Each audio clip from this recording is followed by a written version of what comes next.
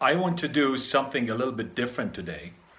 Not that I'm locked in into any specific topic, but I wanted to bring up two topics that are seemingly unrelated, but in my mind, there is a pretty strong correlation.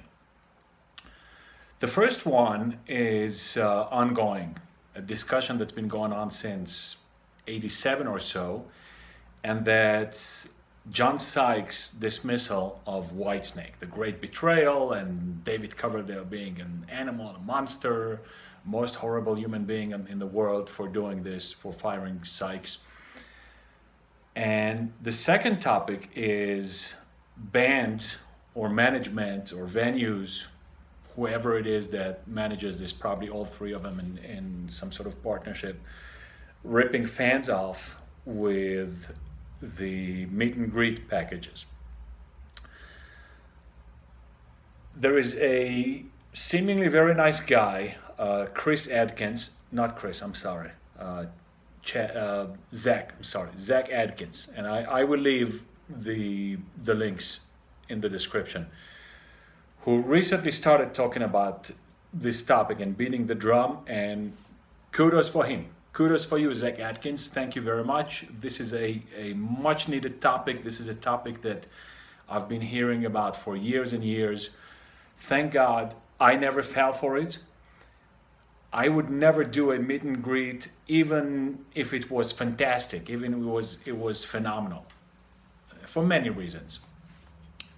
One of his videos talks about the reasons why and why not to go, so you may want to watch it. It's a little bit interesting.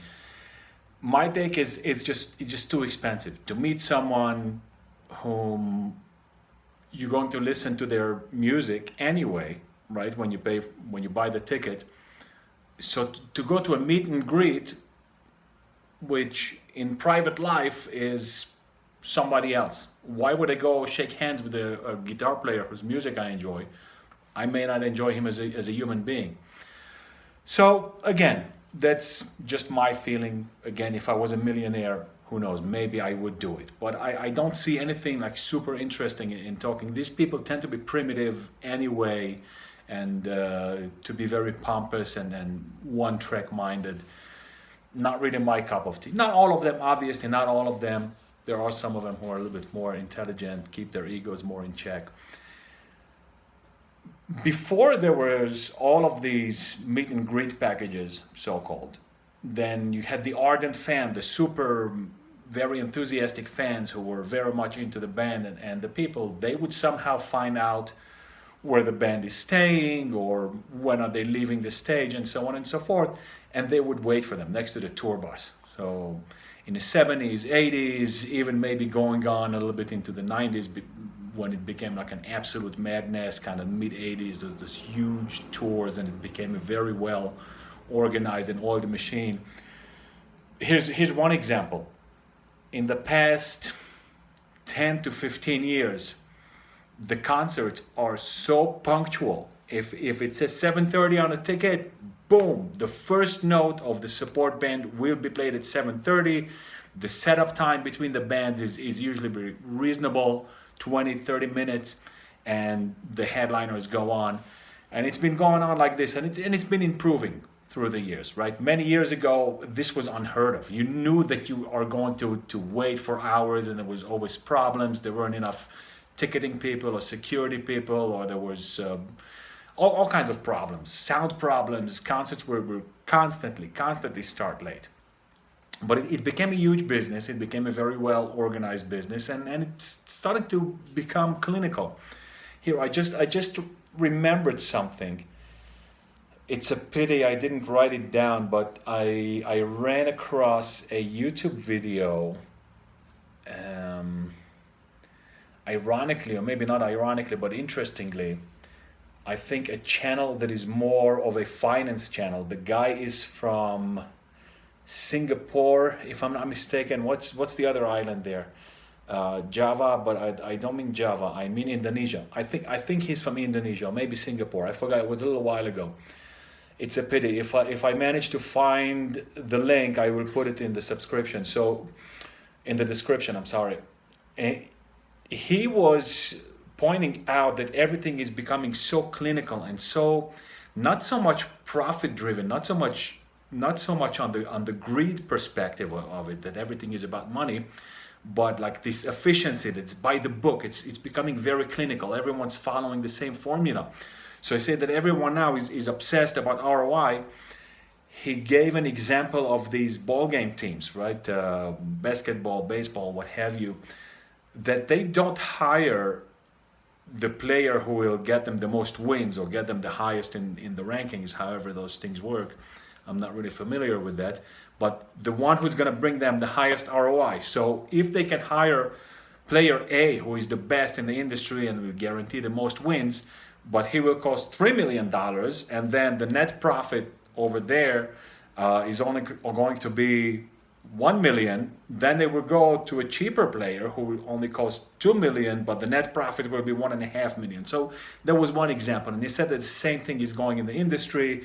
And I think he spoke a little bit about the packaging and the marketing and the accounting and all of these aspects of the music. So it's very true. You feel that in modern music it's losing a little bit its immediateness, its honesty, its rawness. And there are a lot of videos that talk about why music is so horrible today. I don't think that it's that much horrible than the synth pop was in the 80s. It's just that the audiences have merged more than in the past. So there is sort of an expectation that anything that you hear on the radio will invariably be great and amazing.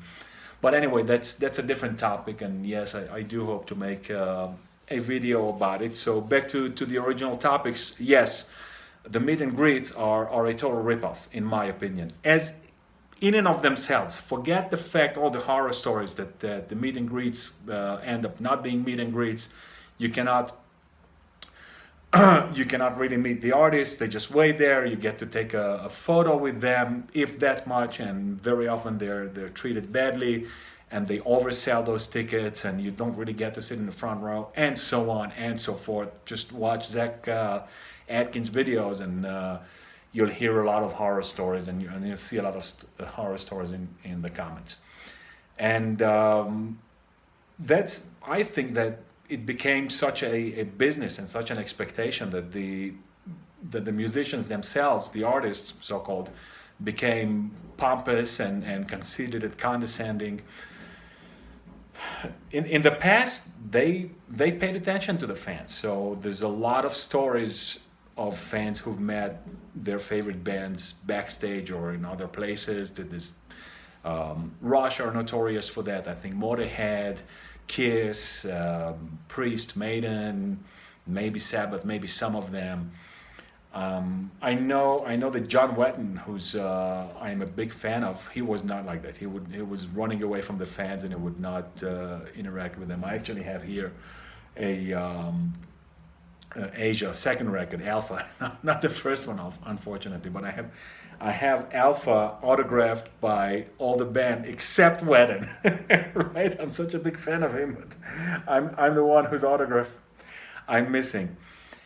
So that's about it for the meet and greet part. Now with Sykes and Whitesnake, I want to make one thing very clear right off the bat. I'm a big fan of Coverdale. I'm a big fan of Sykes as well, but Whitesnake is Coverdale. So I am slanted, I'm biased for Coverdale more than Sykes. And again, this doesn't mean that I would justify treating someone else like crap. It doesn't mean that I would automatically justify Coverdale, but this is a slightly different aspect that I want to highlight here. And for all those who are diehard Sykes fans, God bless you. Go ahead. Hate Coverdale all you want, love Sykes all you want. It's really not my business. I don't love one or the other extremely, and I don't hate neither of them extremely. However, I have a big piece of criticism for one of them. And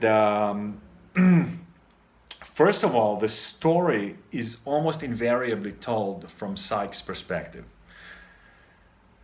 There were rumors and accusations from the onset, and I'm talking about the 1987, the famous Whitesnake record, 1987. This guy, great record. And by the way, it should be said that a lot of Whitesnake fans or Whitesnake fans in general are split on this. Some say that this is a horrible record and Whitesnake changed here and this is not really the same old Whitesnake that they knew, and it's horrible and it's pop metal. What was the name in the 80s? Glam metal or then hair metal. I don't know. In the past, I never heard the term hair metal. I only heard it like way after that period was gone. I think in the 2000s. But anyway, so they accused of Coverdale of going pop and being very fashionable, which again is a fair accusation. But to say that this album is crap, this is one of their best records. Not my all-time favorite. I love very much that the trio of records from Ready and Willing, Come and Get It, and Love Hunter. Amazing records, and those that came before and went after are also good. I also like Slip of the Tongue, which a lot of Whitesnake fans, even those who love both periods, they love to hate Slip of the Tongue. But again, I'm just going on a tangent. But there's a reason why I pulled up the record. So as I was saying, the Sykes fans, quite naturally, they tell the story from Sykes' perspective, which I think is a little bit biased.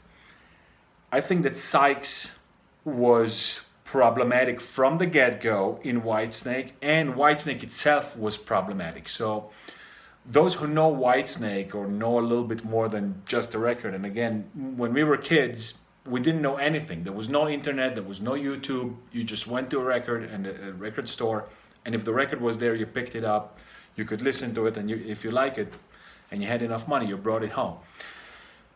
So we didn't know really what was going on and all the politics and all of that. There was a good record, there was a so-so record, there was a bad record, there was an amazing record, and so on and so forth.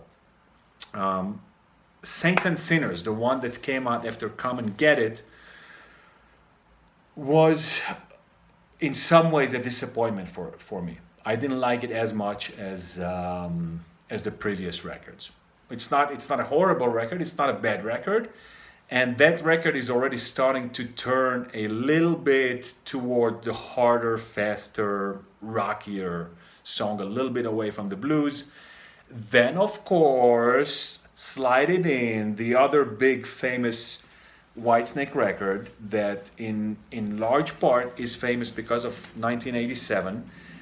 I'm not sure if I got the American release story right on Slide It In, but I know that it was re-released. It was modified from the English release. So I have here, I'm sorry, these are both European.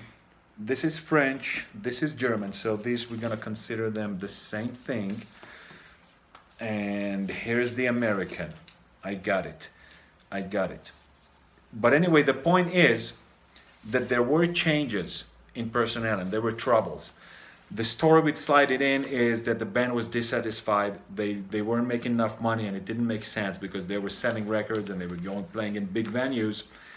And it seems that the management was robbing them, maybe the way that Black Sabbath were being robbed, or maybe not to that extent, but a lot of bands have these stories. So you got to be a good businessman and understand business and have good contracts. And this is something that bands today are much more aware of. But here I have, what on earth have I done? Okay, I took out the German and the French instead of taking the American. Okay, this is the American with the big barcode.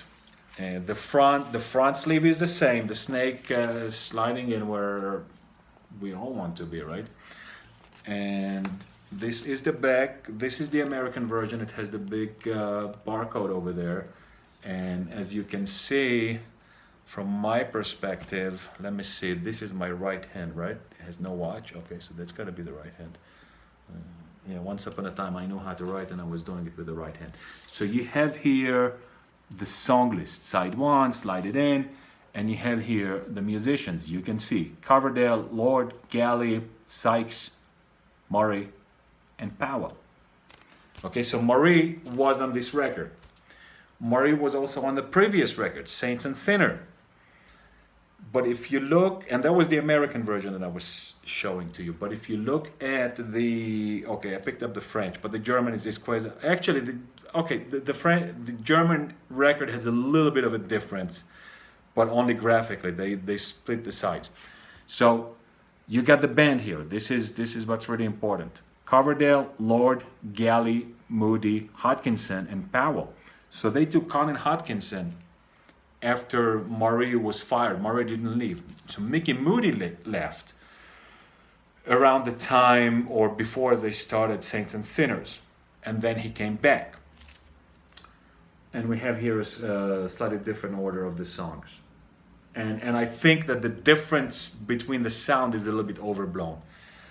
But maybe I should make a side-by-side comparison. Anyway, so the short and the long of the story is that Whitesnake was problematic and Sykes himself was problematic. When he told the story of how he got the gig in Whitesnake, this was many, many years after the big feud with Coverdale. So I don't remember seeing any interviews either with Sykes or with Coverdale or anybody else that would either corroborate or refute Sykes' claim. But Sykes claimed, I don't know what, 30 or at least, in the very least 20 years after the fact, that Coverdale begged him to join the band when he was in Thin Lizzy and he didn't want to leave Thin Lizzy. Time-wise, date-wise, it kind of makes sense because they were recording Slide It In late 83, early 84, and that's when the Live Thin Lizzy tour was wrapping up. So it kind of could make sense that Sykes didn't have the time and didn't want, but then he claims that they offered him tons of money to join Whitesnake. He claims that he asked a price that he was sure they would never give him, but they were able to give him, or they gave him the money anyway. I don't know how it can be reconciled with the fact that they were a band in debt and their management was robbing them. But again, after Slide It In, after Saints and Sinners, so 82, or maybe even in the middle of Saints and Sinners, they changed management, and so they were more on top of their books, and they also got more American people, personnel, I'm talking management and marketing wise involved. So there was, I think, this John Caldonor, whatever his name is, real weirdo. If you ever see him in interviews, the guy talks like a bona fide, like a cuckoo, like a damaged person. He walks around with this hot pink suit and long blonde hair and big beard, kind of like Jesus Christ. So it doesn't matter. Very often, people who are super skilled and super good at what they do, they tend to be weirdos. So as far as I know, he didn't hurt anyone, and whatever suit or hairdo he wants to wear is up to him. But anyway, the point is that he started to have a lot of influence over the band's direction, and there were all of these personnel changes. Murray and Marsden were fired, and they got Galley and Hodkinson. Galley played in Trapeze in the past and some other bands. Be it as it may, they were not really happy with the end result. A lot of critics didn't like the sound of the record. Screw them, why listen to them? But anyway, I guess for marketing purposes that has some importance, or was having more importance at the time. The American side of the business asks or demands that they make changes, and Sykes is brought on, right? Sykes, who was a phenomenal guitar player, and Murray, who is an excellent, maybe even phenomenal bass player. I love him very much as a person also. But anyway, so they released this. And Sykes is kind of in the mix of all of this. They make this big tour. That's when they start to make these real big explosive tours. They start to get the blonde, the big hairdos, and so on and so forth, and starting to climb up the ladder with a D, to fame.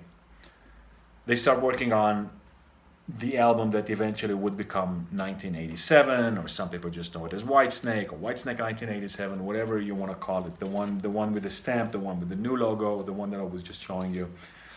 There's only a handful of records here, and I managed to misplace it. Here we go. So they start working on this, and Coverdale gets sick in the middle, and Sykes starts accusing him of purposefully delaying the release or the sessions or the recording. At this point, you got to ask yourself, why? Why? Let's just say it's true. Like, why would Coverdale do that? Isn't the idea of releasing the record as soon as possible, again, reasonably?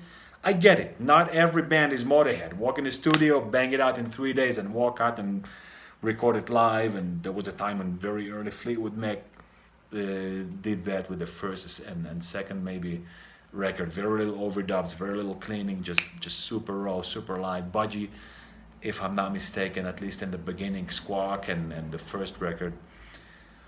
And sometimes it was done just playing to money constraints. Judas Priest's first record, Rock'n'Roller, was done like this. They hired the nighttime, the studio, the downtime between bands, and they got a cheaper price, and they had to do it in 2-3 nights because there was no other way to do it. But anyway, of course, in 1986, 1987, that wasn't the case anymore. There was all kinds of digital and sound and manipulation and keyboards and producers and God knows what.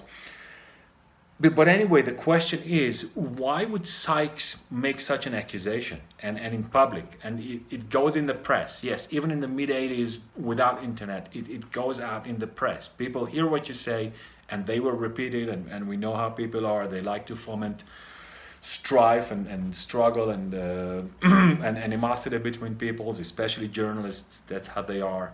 I really regard a lot of journalists, especially in the arts and music industry, as just failed people who are jealous, people who know that they don't have the wherewithal and what it takes to truly create something, and they're just looking to make fights and turn people against each other. But again, obviously Coverdale is no angel either. So Coverdale fires Sykes. And there are accusations. I do not know, or at least I do not remember, if Coverdale himself has explicitly said these words, that Sykes was trying to oust him from the band. But the hearsay evidence is fairly credible, or relatively credible. Now again, maybe he didn't want to outright oust him, but again, Whitesnake is and was always Coverdale. Always. It was clear even in the times of Fool for Your Loving, the first Fool for Your Loving, right? Ready and Willing, and then Love Hunter, and that period, that he was the leader of the band. And by the way, the one thing for which I most admire Coverdale for, besides for being a crazy good musician and a top of the line vocalist, I think it's his ability to work with people. I know some of you might have fallen backwards on your chair. I'm not talking about personal relationships. I'm talking about musical professionalism. Listen to the Whitesnake records from the first to the last, and you will hear that almost invariably the people who play on them are at their absolute best, in top form, always, and that they gel and mix well and combine well together. So it's not just being a good musician. It's being able to be a good boss, a good visionaire of how you want your music to sound. And interestingly, I actually want to say this because that's kind of important, and I think this came out of Doug Aldrich. Godspeed, God send him speedy recovery. He's got health problems now. But Doug Aldrich, who's worked with both Dio and Coverdale, he said that they have very, very different methods of working. He said that Dio came in the studio and already kind of had a vision almost complete on how the record is going to be from start to end. So he had a very precise idea of how the record's going to sound and all the bits and ends, and he was very meticulous and precise and very clear about what he wanted and how he wanted it and what he didn't want.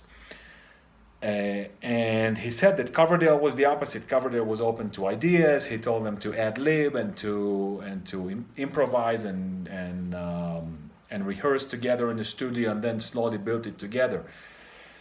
Now, at first hearing, this might negate what I just told you, but I don't think it's necessarily so. I think that by giving the musicians this breadth, this width of coming up with ideas, he was able to also contribute that to bring out the best. So you don't necessarily have to do it like a dictator and step on people's balls to squeeze the best out of them.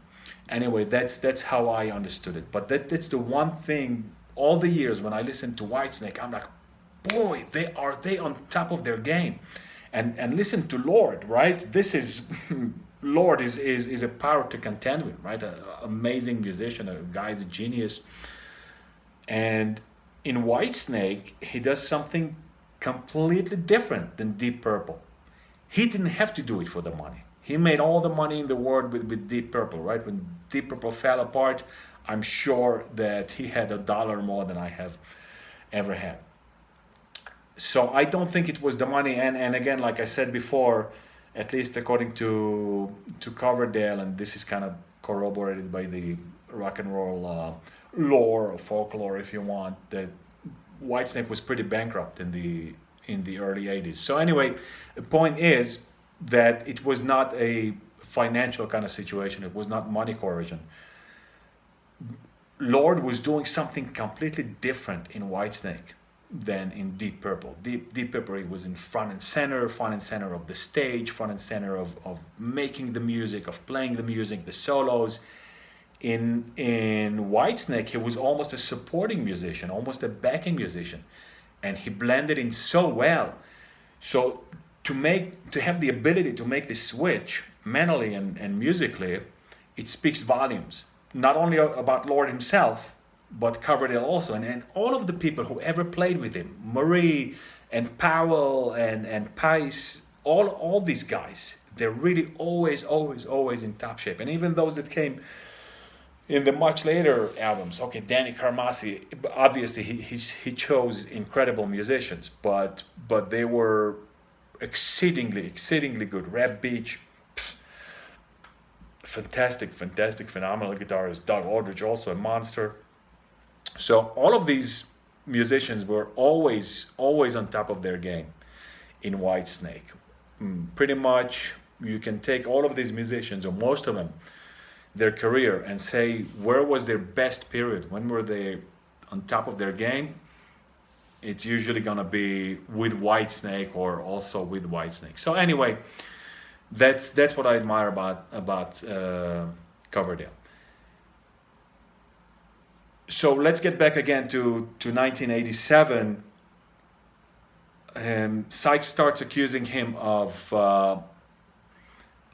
purposely delaying the recordings of 1987, and he gets fired, right? This is enough. That's it. Does it justify Coverdale? No. Does it make Sykes a saint? No. But this is my problem here. His fans, and not so much his fans, but himself, taking this kind of martyr image on himself. That's what pisses me off. That's, in my opinion, it's disgusting, because there are people who lose their jobs in regular jobs for completely made up and false and BS excuses, and they don't become depressed. And now Sykes, after Blue Murder, he never did anything. He disappeared, and he's not in the music industry, and he's sulking in his home, and all he does is interviews with Coverdale like a 3-year-old whiny little bitch. That's what I cannot tolerate. This is what pisses me off. Like Dave Mustaine. Dave Mustaine went on, after he was fired from Metallica, he went on to establish one of the greatest thrash metal bands. Whatever happened there with the personnel, with Marty and all the other players and Ellefson, it doesn't matter. He's a force to reckon with. And even so, 30, 40 years after the fact, in fact, I once watched kind of a documentary about Metallica. I didn't watch the whole thing, but it was kind of interesting. But he went to visit his old band, at least one of them, the short guy. I think that the drummer, Kirk, what is his name? Kirk Lars Ulrich. Yeah, Lars Ulrich. I think he was the only one who came to the interview. It was a while ago. I don't remember if the other guy, the one who plays guitar, Hamlet, whatever his name is. But the short guy was there. I'm mixing up the names again. Ulrich. And they were sitting on the same couch or two couches facing one another, and Mustaine was whining like a 4-year-old whiny little bitch. I got fired from Metallica, and you know what it feels like when someone comes up to me in the street and goes, Metallica. And the other dude was just looking at it like, bro, what is your problem? What is your freaking problem? You're a multi-millionaire. You travel the world. You got to play with some of the world's best musicians. You did whatever you want. You snorted all the cocaine you want. You ate in the fanciest restaurants. You banged the hottest chicks. You have a slew of Ferraris and Lamborghinis. And you're bitching about getting fired from Metallica 40 years ago? I mean, it's insane. And same thing with Sykes. But Sykes is worse because Sykes didn't do anything. He released a great record that I have here. I'm sorry I didn't take it out, but it doesn't matter. The first Blue Murder record, phenomenal record. Just 3 guys. You got Carmine Appice, a crazy musician, and then you had the bass player Tony Franklin. Amazing bass player. How he didn't become a world celebrity? I mean, to me, he's pretty close with Pistorius. A fretless bass player, just amazing, and they released a phenomenal record. Now, I'm sure this record didn't make that much money, like 1987, but it's a famous record, it's a respected record. And then came in 94, for some reason he dragged his feet until he released another record. You know, he didn't put in the effort and all the grinding that other bands put in. So essentially that was the purpose of what I said. No matter how badly Coverdale screwed you over, and you want to hate Coverdale, fine, hate him. You want to say that he's a dirty SOB, go ahead. I don't mind. I'm sure there is a lot of truth in it. You know, they're not in this game to be saints and to be angels. They should be, right? Because if someone was blessed to have such a career, they never had to go in the office one day. They get to do what they love, and they love what they do, and they make billions of dollars in the process. The least that they should do is be decent human beings, but instead that they're being shady and filthy backstabbers. What you're gonna do? This is the nature of the beast. If you don't like it, you shouldn't be listening to rock and roll in the first place, I think. Right? But there are people who were decent. I think Rush were very decent, and Maiden, the guys in Maiden, Lemmy was kind of like on one hand, it was kind of very dirty, but on the other hand, it was very fair and a straight guy in business. But anyway, my point is that it doesn't matter how much you love Sykes and how much you hate Coverdale. It does not justify Sykes sulking and slinking away and becoming a nothing and eating himself up all day long. I'm sure that his royalties from 1980, I'm sorry, he has no royalties from 1987, probably. I don't know if he has writing credits on the record. That's kind of interesting. It doesn't say here. I doubt if it says on the label itself. No, it doesn't say. Keith Olsen, blah, blah, blah, original sound recording, Bad Boys. I don't think, oh, wait a second, there is an insert. This is one of these old crappy records. and that they started printing them again. That's one of my other pet peeves. When the vinyl returned, they give you the absolute least and crappiest stuff possible. But no, there's no credits. Coverdale vocals, Sykes. Oh, wait a second. Look at this. Oh, here, okay.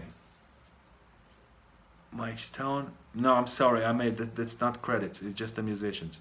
Yeah. Sykes guitars, Marie bass, and Dunbar drums. Da-da-da-da-dam. Kalodner. John Kalodner. Hugh Symes, the Crying in the Rain, Still in the Night. I don't know. Well, it doesn't matter. The record itself probably has made Sykes enough money to live for the rest of his life. And even if not, he did Blue Murder. He did a second record with Blue Murder. He probably gets royalties from Thin Lizzy. Tigers of Pantang's probably not that much. But I don't think he needs to starve. I don't think he needs to work a day in the office to make ends meet. So screw John Sykes for that. As much as I love his guitar playing, and he's a great musician, and no one can take it away from him. I think it's disgusting that all he does is sulking at home, not making any new music, and every single interview he has to mention David Coverdale fired from Whitesnake, blah blah blah. So what? Everybody else. He also fired Marie, and Marie is the really one who has a right to be bitter about it. But he's not. When they ask him about it, he tells it the way it is, the way he sees it.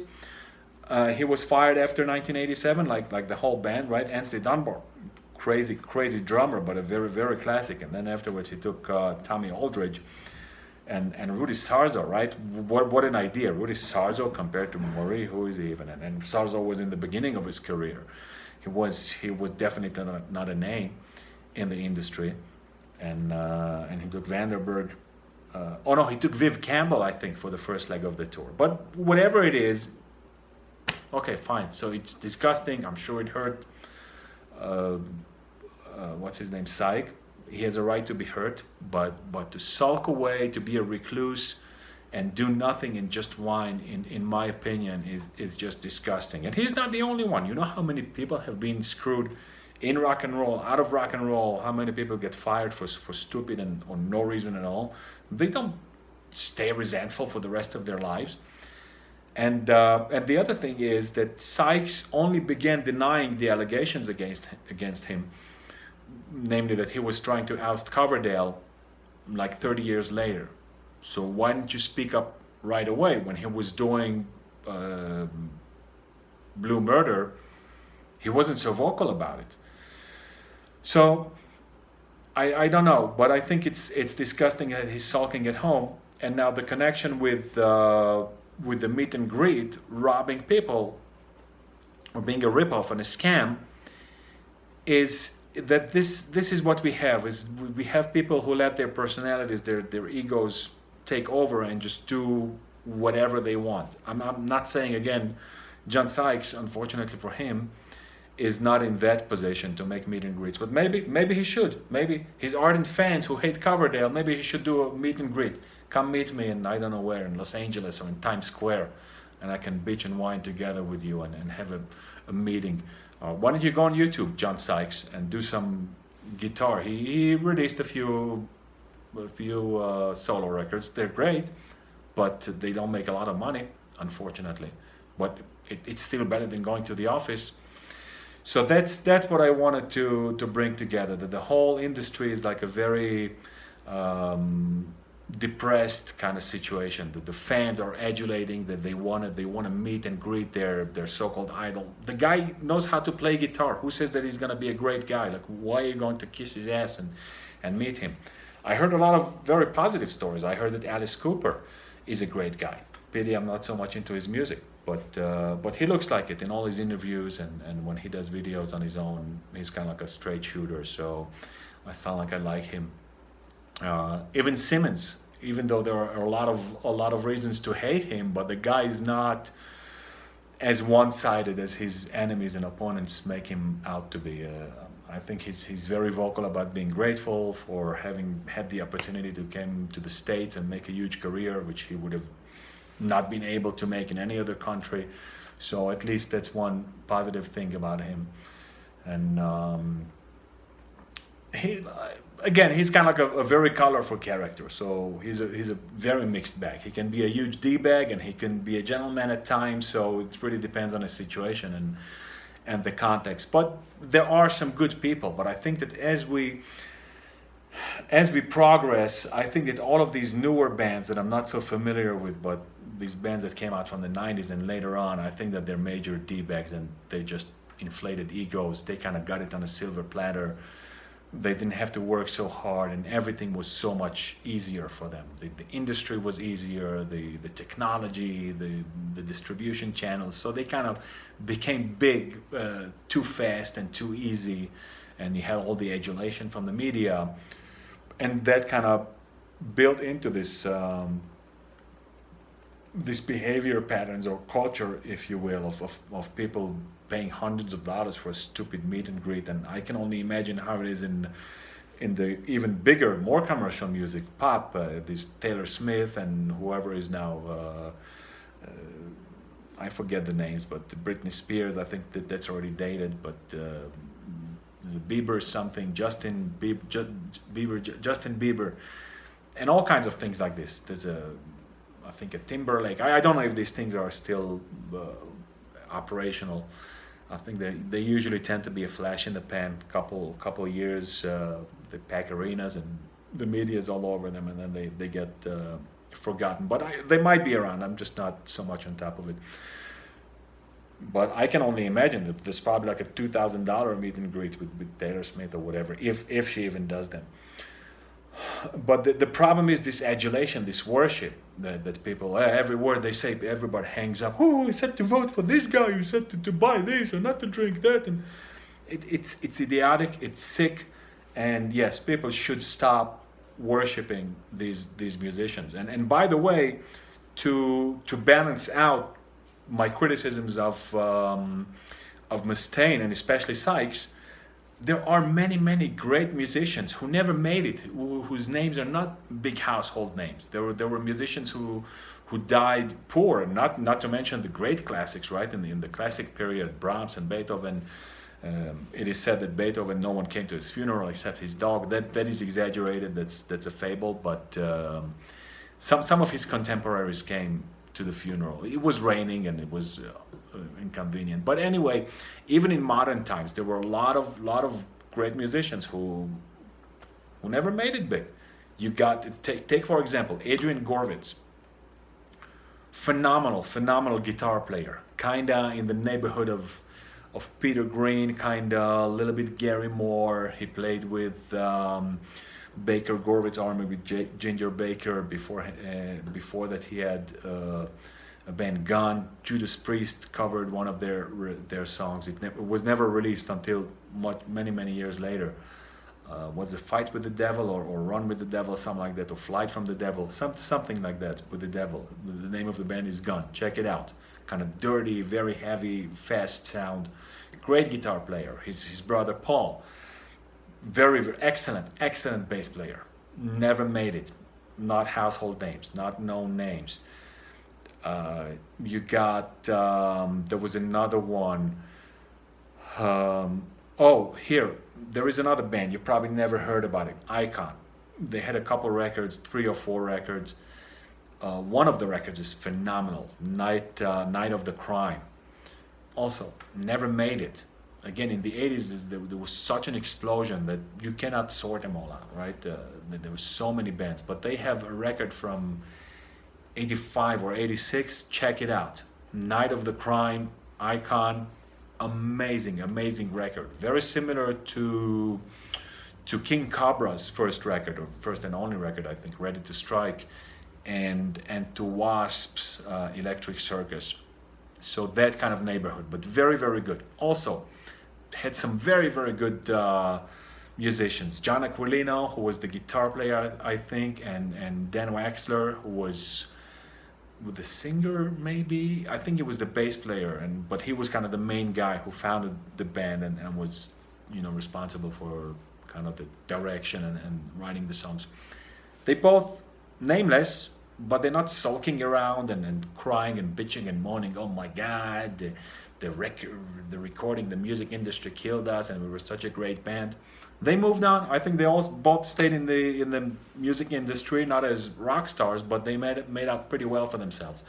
So that's pretty much what I just wanted to bring out. That no matter how great of a musician you are, the fame and fortune is not guaranteed. Even though it's very formulaic, very businesslike now, sometimes you lose. What can I do? I mean, it sucks for Sykes, but what about Buckethead? What about Marty Friedman? There's some other phenomenal guitarists who are not so much in the limelight. And flip side of the coin, there's plenty who got all this fame and fortune and don't really deserve it. Slash, for example, he's just a loudmouth. Can he play guitar? Of course he can play. Is he between the 50 or even 100 greatest of all time? Of course not. It's all media hype, and there are a lot of factors that go into it. Luck is one of them.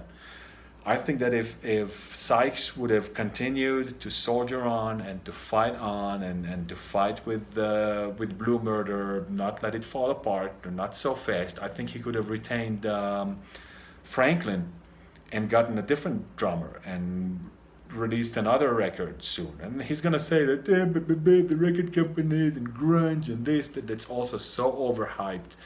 Of course, the record companies are going to favor the new fad.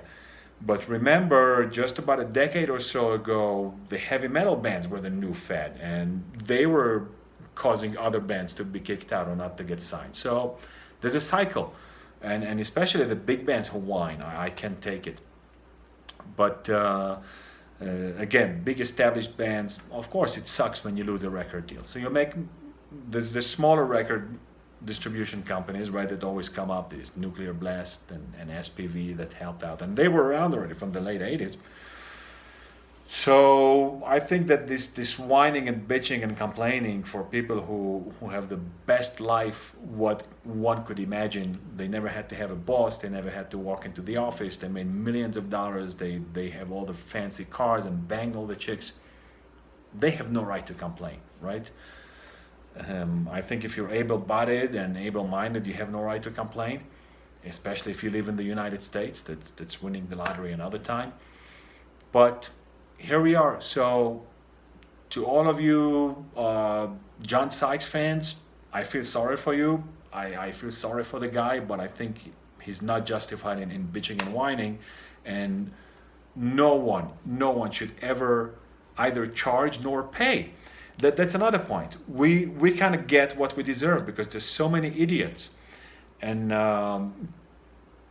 to answer one of Atkins' claims in his videos, the one that I slightly disagree with, is that it says that economically it doesn't pay because the fans who come to these scammy meet and greets, they're not gonna come again. Yeah, but the flip side of the coin is that there's an idiot born at every minute. And so this guy wisened up. This guy learned the hard way, so he's not going to spend his $400, $500, $600 for the so-called meet and greet package and get nothing. But there's going to be another idiot who's going to idolize this stupid so-called artist and will be willing to pay that $600. So people have to spread the word. So spread the word. I think that we can all agree on this.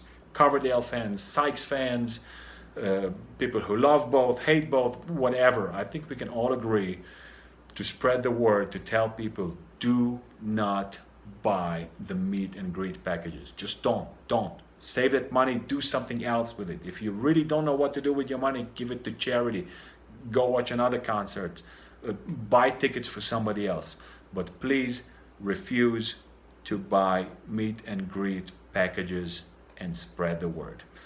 Thank you very much, and I will be back hopefully next week with more of the usual programming. Again, as long as it's going to last. We're going to run out of ideas and material after some time, and there are other things to talk about. So take care. So until the next time, have a good sin.